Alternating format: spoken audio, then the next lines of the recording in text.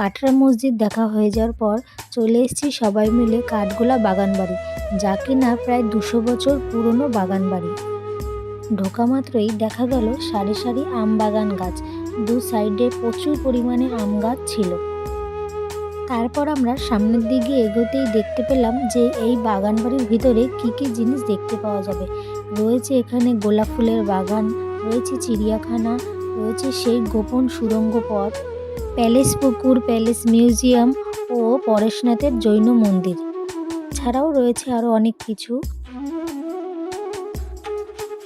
সবার প্রথমে চলে গেলাম সেই গোপন সুড়ঙ্গ পথ, যা কিনা জগৎ শেঠের বাড়ি, ভাগীরথী নদী ও হাজারদুয়ারি প্যালেসকে একত্রে যুক্ত করত। আর এই সেই গোপন সুড়ঙ্গ পথ যা দিয়ে কিনা পাচার হতো মূল্যবান মণিমুক্ত।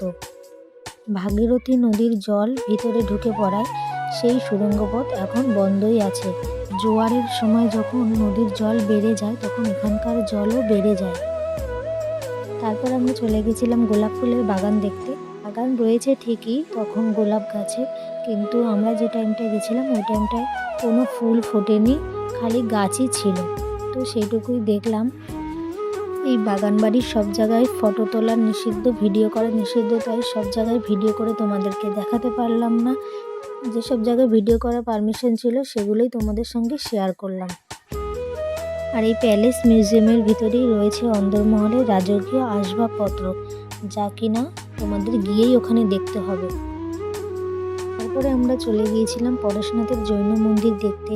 মন্দিরটা অত্যন্ত সুন্দর, আর কি নিখুঁত হাতের কাজ, পাথর দিয়ে তৈরি করা, সাদা রঙের, খুব সুন্দর, যা দেখলে কিনা চোখ জুড়িয়ে যায়।